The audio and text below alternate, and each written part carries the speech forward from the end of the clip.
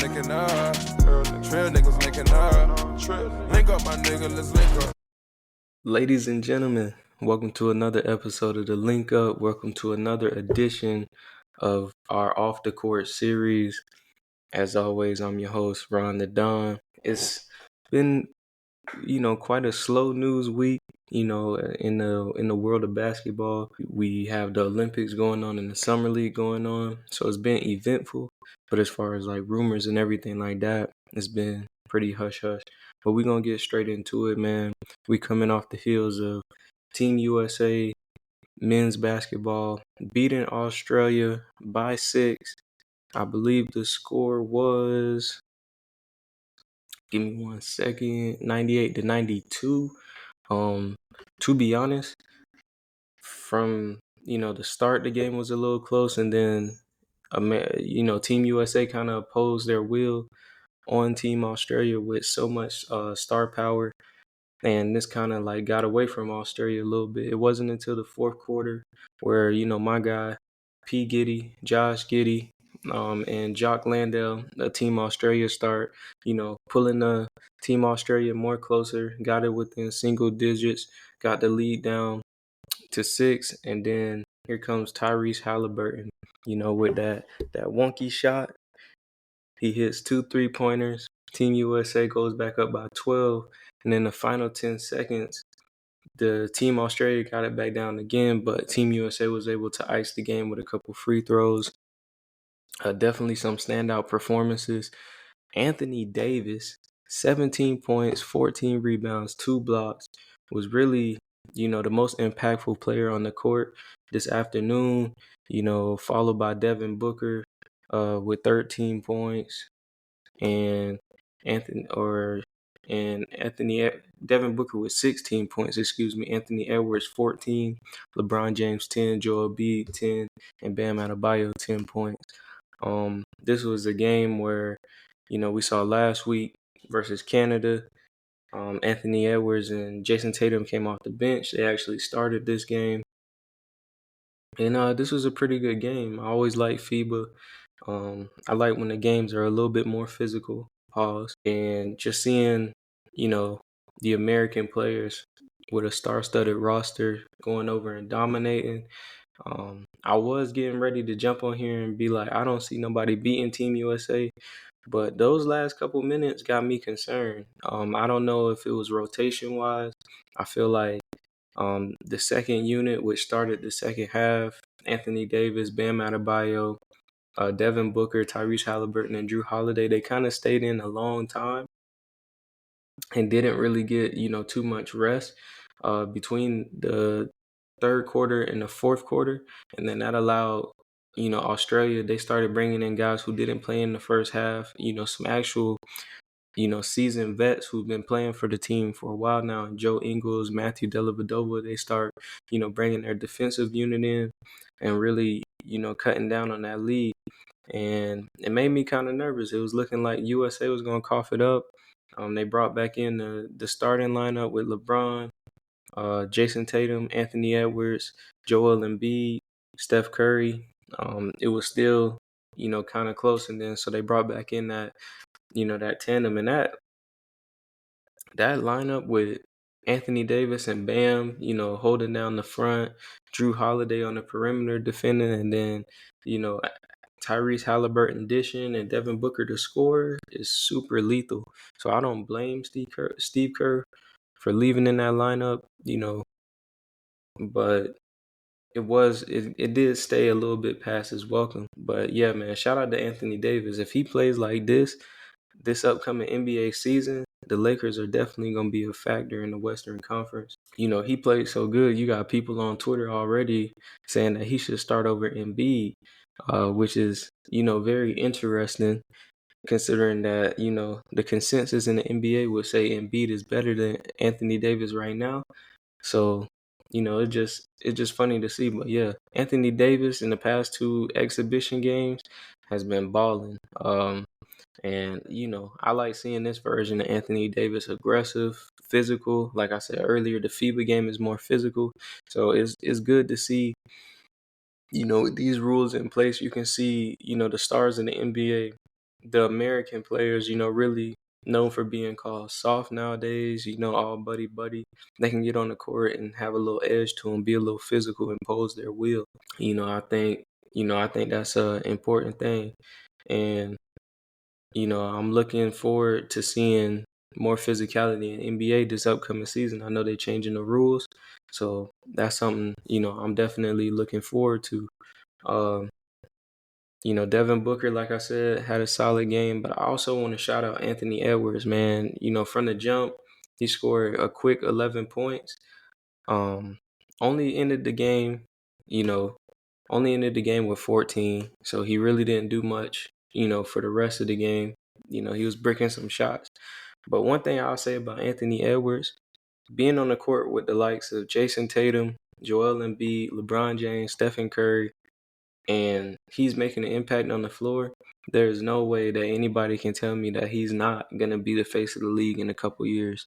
I feel like, yeah, you got your Lukas, you got your Jokic's, you got Wemby, but Anthony Edwards is going to be the face of the league. He got to, win at the highest level for sure, but it's definitely his league. You see that he wants it. He wasn't waiting around. I know a lot of people was joking on him last week when he was asked who was going to be the leading scorer, and he said it was him. But, he's him. He's that guy. And, I'm looking forward to him, leading the team. Once we get into the actual, Olympics, leading his team in the Western Conference, it's looking like Denver is taking a step back. We'll see how Klay Thompson adjusts in Dallas. Will it be as seamless as everybody thinks? But right now, Memphis is in that cream of the crop out there in the West, and I can really see them, making it out of the West if everything breaks right in the playoffs for them. So yeah, man, Anthony Edwards has a bright future, and shout out to him. Sticking with Team USA, LeBron, said something that if you an NBA fan, even if you a LeBron hater, it was kind of sad to hear. He was saying that he won't be at the Olympics in 2028, which is kind of signaling, we coming towards the end of a great career. And, LeBron James has been great for such a long time. He's 39 years old, you know, um, still playing, better than a lot of guys in the league. Not at the tip top of his game, but still one of the top NBA players, making all NBA, all-star games, being number one option on his team. LeBron James is still that guy. And as we've seen over the past couple of days, we have one guy to thank for that, and that's Paul Pierce. Um, if you don't know what I'm talking about, Paul Pierce came out and said on Undisputed with Skip Bayless that he is the reason that LeBron James stepped his game up. When he was in Boston and LeBron was trying to get through the playoffs, he had to go through Paul Pierce, and Paul Pierce made him elevate his game to be the player that he, you know, has become, to be the great player, to be the all-time leading scorer, to be a, you know, three-time NBA champion. Is all because of Paul Pierce. So, is or four-time NBA champion. Excuse me. Let me get my facts straight. I corrected myself though before y'all get on my ass. But yeah, this is all due to Paul Pierce. Now, obviously, we don't believe that. LeBron James is highly touted coming out of elementary school, basically. He was done as, the chosen one, the next man up, to really come in and take the league by storm. And he lived up to the hype, surpassed the hype, if you ask me. He's one of the biggest names, biggest brands in the world. So for me, I think, that's just a, I don't really know the word right now, but that's just almost like a credit to him and his legacy on, you know, not just being great, but being as great for as long as he has been, so long that now his son is in the NBA.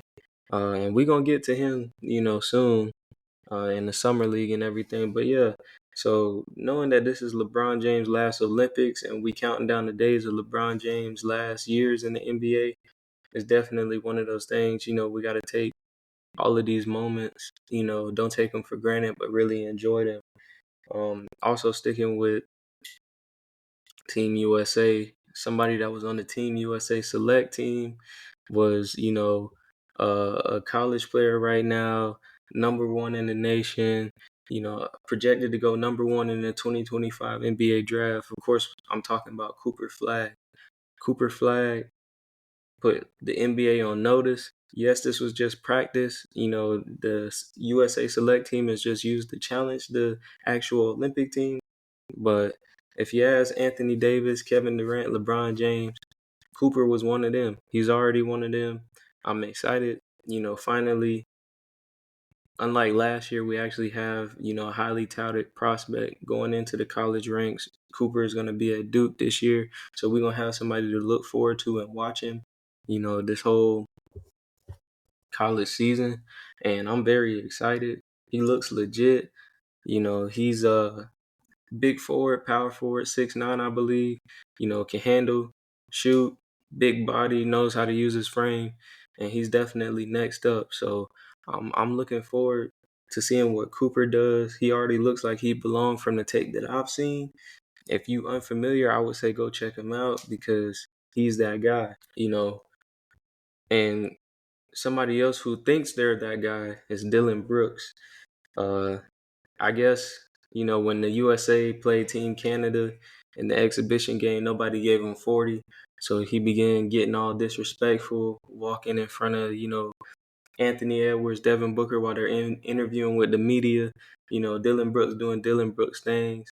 I just thought it was funny, just bringing it up as to note. But, Team Canada is a real team. Yeah, they lost versus Team USA, but they got some heavy hitters on their squad too. Dylan Brooks is, one for the mind games and all of that. But when it comes to playing for his country, he can get like that. They got RJ Barrett, Shea Gilgeous-Alexander, Kelly Olynyk, Jamal Murray, Andrew Wiggins, O'Shea Brissett, Nickeil Alexander-Walker, a lot of NBA talent. So they're a team to look for in the Olympics, as well as uh, two teams that I potentially see in the biggest threat, to that gold medal for Team USA and Team France and Serbia. France led by Wembanyama, Serbia led by Nikola Jokic, which Team USA will play Wednesday at noon. So I'm very looking forward to just how, this Olympic summer will pay off. Love what I'm seeing from Team USA. Like I said, coming into this, I don't think I didn't see anybody beating them. But today had me kind of worried. I'm still standing strong on it. I still think they go, undefeated throughout the whole thing, or maybe lose maybe one game. But I think they coming home with the gold. They the best in the world for a reason. Nobody cares how Noah Lyles feel. We support him too because he American, but it's Team USA all the way. Let's get it. Kawhi Leonard, unfortunately, had to leave the team. He's still dealing with knee problems, had inflammation. He was then replaced by Derek White. So it was already controversial that Kawhi wasn't on the team. Then he was replaced by Derek White, which was a shock to a lot of people. A lot of people felt like it should have been Kyrie. It could have been Jalen Brunson. And me personally, along with a lot of other people, it should have been Jaylen Brown. This could be, because of his beef with Nike and knowing how much, power Nike has in the Team USA program with making the jerseys, doing the branding and all of that. That could have been a thing. But Jaylen Brown doesn't want to talk about it right now. So we can't really go in it with death, but he should have been on there. This man coming off NBA championship season, Eastern Conference MVP, Finals MVP, got the biggest contract in the NBA. So for me, I don't understand how he's not on this roster. And you say, well, Ron, it's defensively, Derek White is brought in for defense. Don't act like Jaylen Brown wasn't just in the finals making it tough on Luka. Was he stopping him? Not completely because you can't stop Luka, but at the same time, he was having an effect. And he brings both sides of the ball. I rock with Derek White, but he not doing it at the level Jaylen Brown doing it. Quite the head scratcher for me. But at the end of the day, Jaylen Brown winning in life. So, you can't really say much about that. Going back to Anthony Edwards, in a little bit, it was reported by Shams that there is going to be a docu-series centered around the NBA And Anthony Edwards is going to be a huge part of that docu-series. It's going to be on Netflix. It's going to be Anthony Edwards, LeBron James, Jimmy Butler, and I believe Jason Tatum. I'm not sure. I think it's going to be very entertaining considering Anthony Edwards and Jimmy Butler is in it. Two guys that's not afraid to be themselves and not trying to be like anybody else. And so I feel like that's going to be a great series. I wonder, I'm trying to think. I would throw Joel Embiid and Giannis in there. They pretty funny. But yeah, I'm looking forward to it. Like I said, Ant is the wave. Netflix, NBA doing the right thing, trying to build a show around them. So I'm excited for that. But we're going to move on to Summer League, ladies and gentlemen. I'm going to go over some of my standouts, as far as rookies, as far as surprises and everything. Of course, the NBA Summer League has taken span across, multiple locations, California, Utah, Las Vegas, and some noticeable performances. Stephon Castle, he is legit. San Antonio's picked him with the 4th pick. He's a legit talent. Now I'm starting to see, comparisons with him and SGA. I don't know if I'm quite there yet, but I do think that Stephon Castle is going to be very legit, and him and Victor Wembanyama is going to be quite the tandem for years to come. And then you couple that with the fact that very soon he's going to be learning under Chris Paul. Yeah, the league in trouble. If he can somehow end up starting next to Chris Paul this upcoming season, I don't see why he's not, to win Rookie of the Year right now after the performance that Edie had in his first game. Everybody was pointing to him being Rookie of the Year, but right now I'm leading towards Stephon Castle. Also, somebody who's standing out, Reed Shepherd, getting buckets, doing it on both ends. Him and Cam Whitmore putting on a show for the Rockets in Summer League thus far. I'm seeing all types of hate online saying he's just a glorified Austin Reeves, but nah, man, I'm starting to dive into the hype of Reed Shepherd. I just feel like I knew he was a good shooter, but man, he can shoot and he can defend. Now, I'm not gonna get too crazy. This is Summer League. When you go to the actual NBA, it's a step above. But yeah, Reed Shepherd has definitely been that guy so far across Summer League for me personally. And Zachary Rizashe, the number 1 overall pick in this draft, he's played solid over the course of 2 games thus far. Bub Carrington on the Washington Wizards been getting bucket, doing what he does. Shout out to the Miami Heat's rook, Khalil Ware. He's looking, like a promising young center on the come up. We got to see Zach Edey in the Salt Lake City Classic, but he has yet to play in the Las Vegas Summer League. So looking forward to see what he does against more teams. Alex Sarr, he's played solid. A little lacking, but he'll figure it out. More reps. You can see the defensive versatility. I think he'll be solid. I think he's trying to find, like, I could see how shooting wise the conversation around him was, can he be a consistent shooter? He's definitely not there yet, but I could definitely see the potential. Matas Buzelis, that guy plays with a lot of fight, a lot of energy. He wants to be that guy. He's balling right now. Dalton Connect, he gets buckets, and his teammate Bronny James, well, he's struggling right now. The defensive tools is there. I will say that he has defensive instincts, even though he's been dropped a couple times. But that's no smut on him. That's gonna happen when you defend it. It's happened to the best defenders.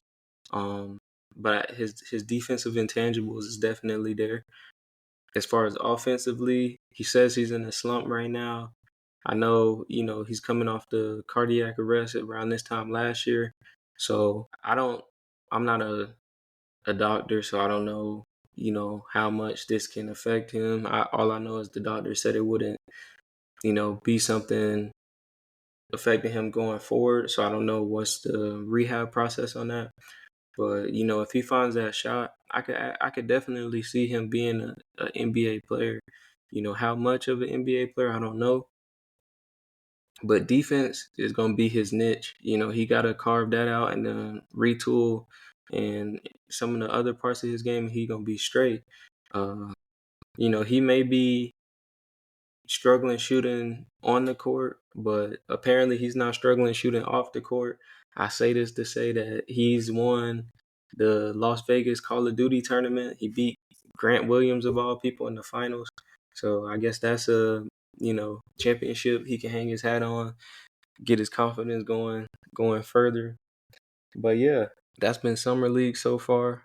I believe on the next pod I do want to do a way too early rookie ladder, so be looking out for that. Let's see what else we got here in the W. The Liberty, who are on fire right now, moved into first place a couple of games ago. Was petty. They stopped my girl Angel Reese from getting, you know, that 16 straight double double in the closing moments of the game. They quadruple teamed her, and that made her pass the ball, so she couldn't get the 10 points to go along with the 16 rebounds. So that streak is over. She did make history by passing, Candace Parker. So all in all, that was good. Caitlin Clark, we're coming up, to the All-Star break / Olympic break. She is now the all-time leader, all-time rookie leader in turnovers and assists, already. So she's definitely impacting the game in both good ways and bad ways outside of, always being a polarizing figure. And Adrian Wilson, the best player in the W right now, on track to be MVP yet again. She is, currently on a streak of 20 and 15. So hopefully she keeps that going. In other news, we had a little bit of rumors. My guy Pat Bev might be the highest paid Euro star this upcoming summer. It'd be a shame not to have him in the NBA. We know Pat Bev, Mr. Belt the Ass, one of the best agitators in the game. It would be a shame to lose him. But if he got to go get that money somewhere else, why not? He's going out the NBA. John Wall, Isaiah Thomas, and Eric Bledsoe are trying to get back into the NBA. John Wall is crazy to me. I don't, even with the Clippers, I didn't think he was terrible. Isaiah Thomas, it pains me to say because he could really hoop. I kind of understand just from he's older, a hype, thing, and him, worrying about him on the defensive end, and the NBA is very switch heavy now, so I get that. But I do think in short minutes he could play like a Ish Smith role, at the least, and I know he wants that opportunity so bad, and hopefully a team gives it to him. Eric Bledsoe, I have not seen or heard from Eric Bledsoe in a while. I think he was in the big three, but I'm not sure. But I know he could ball. But his image kind of took a hit because literally once the Bucks got rid of him and got Drew Holiday, they won the championship. So, it's tough for him. If I had to choose one out of the three guys, I'm definitely going with my guy, John Wall. Unfortunately, injury riddled, but I feel like he still has a lot left to give to the game. And for me, I definitely would want him to get another shot in the NBA for sure. Speaking of point guards, Russell Westbrook might be on the move. Him and the Clippers are discussing potentially parting ways.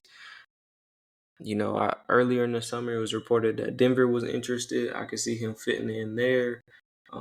Before he even agreed to opt into his player option, it was looking like Miami was going to be a location. I don't really see that one as much. Other than that, I don't really know any other team that Westbrook could possibly fit in. I would love him. I would love to see him go back to the Oklahoma City Thunder, but would he be okay coming off the bench, for Shea Gilgeous-Alexander? Because that would just bolster their second unit for sure, and make them even more of a juggernaut. I could see him fit wise. Now that I'm thinking about it, it's not going to be good, but being that Mike Conley is older and Minnesota is looking for minutes for him, I can see Westbrook going there, but then again, not really, because I know they drafted Rob Dillingham for a reason. Shout out to him and Terrence Shannon Jr., who also put on the show in summer league as well. But yeah, I like Oklahoma City for Russ. A return there would be good for him. Darius Garland says that he is not requesting the trade despite Donovan signing that contract extension. I'm very anxious to see does Cleveland agree with him? Will they move him? All signs and reports say that they're not going to, that they're looking forward to keeping their four core. Isaac Okoro is still a free agent. Free agency isn't over at all, but I wonder what's the hold up there. He's been the starting small forward for the past couple years until they got Max Strus. So it's interesting to see what's going to happen there. The Warriors have shot their shot for Lauri Markkanen. They're offering Moses Moody, I believe, 2 first-round draft picks, 2 pick swaps, and some second-rounders. But Utah isn't budging. They not only want Moses Moody, but they want all of that and Brandon Podziemski and Jonathan Kuminga. And if I'm the Warriors, no deal. Personally, I like Lauri Markkanen, but with him it's tough. I think he's an amazing talent. I think fit is important for his game. As we've seen in all his past, destinations, his play hasn't really resulted into winning per se. Yeah, Utah, like they were almost into the playoffs, but they didn't make it. Cleveland made it to the play-in, but then got bounced out. Chicago, they really didn't make it anywhere. So I would be hesitant to give up that much for Lauri, but I do think that he's about to be smack dab, in his prime. Who knows if he's gonna get even better, but I would be hesitant. Plus, if you take him on, you got to know for sure that he's okay with extending with you, before you just take him. That's if Utah doesn't extend him before they trade him, which if they do extend him, they got to wait 6 months anyway to trade him. So definitely something to look out for there. And then, finally we have Jimmy Butler doing all the side missions right now, opening up a country bar, singing country songs out in Spain, enjoying the Copa America, tournament, watching, Shakira perform. And, Andy Ellisberg, GM of the Miami Heat, came out and said that Jimmy has never been challenged. And for a contract extension or a new contract agreement to get done, both sides have to be at Miami. He also said Miami sees Terry Rozier as their free agent acquisition. It just happened, months before free agency. So them trading him for Kyle Lowry was their free agency acquisition. And as a Heat fan, initially it's kind of like, dang, this team has been a play-in team 2 years in a row. Where do we go from here? But I'm starting to lean into the idea. One thing I know about this team, one thing I know about Jimmy Butler, Eric Spoelstra, Bam Adebayo, and the Miami Heat, they're their best when everybody's counting them out, including their own fans. So for me, I'm getting more and more excited. You got a rookie center who can play next to Bam. You got Jaime coming back from a stellar rookie year. You got Jovic coming back for his 3rd season after getting that starting job at the 4. Finally getting playing time. Terry Rozier, a full Heat training camp, gonna be acclimated into the offense. And then you say that with Jimmy Butler coming back, potentially in the contract year if he chooses to opt out, really trying to play for that extension or more money elsewhere. Bam Adebayo coming off the Olympics. Tyler Hero hearing all this slander on his name, he got a chip on his shoulder. Duncan Robinson, if he comes back healthy, we already know how elite he is at shooting. So I'm not ready to count this team out, honestly. It's looking more exciting now. I'm not gonna sit here and talk crazy like they're gonna be the top of the East or they're coming out the East. But I think if anybody could surprise in a 7-game series, it's the Miami Heat. No matter who it is, we seen them beat every team but whoever comes out the West in the Eastern Conference. So, I'm definitely looking forward to that. But that's really been it in a week of hoops. Nothing else too crazy. Unless, y'all want me to go full camera on here and, talk about Dwayne Wade nail polish line, which I'm not going to do. But other than that, yeah, man, that's just been good. I hope everybody's good. I appreciate everybody from watching. I appreciate everybody who stay locked in with me. And, I just, pray and hope that this just keeps going up from here. And that way I can just, give back to all of you guys who support me. And with all that said, I just ask that you like, share, comment, subscribe to the channel, Don Co. Follow us on all platforms, the link up with Ron and Don. And, with that said, I hope everybody has a blessed day. And we out. Trip forever and I'm just not getting started. That's the one.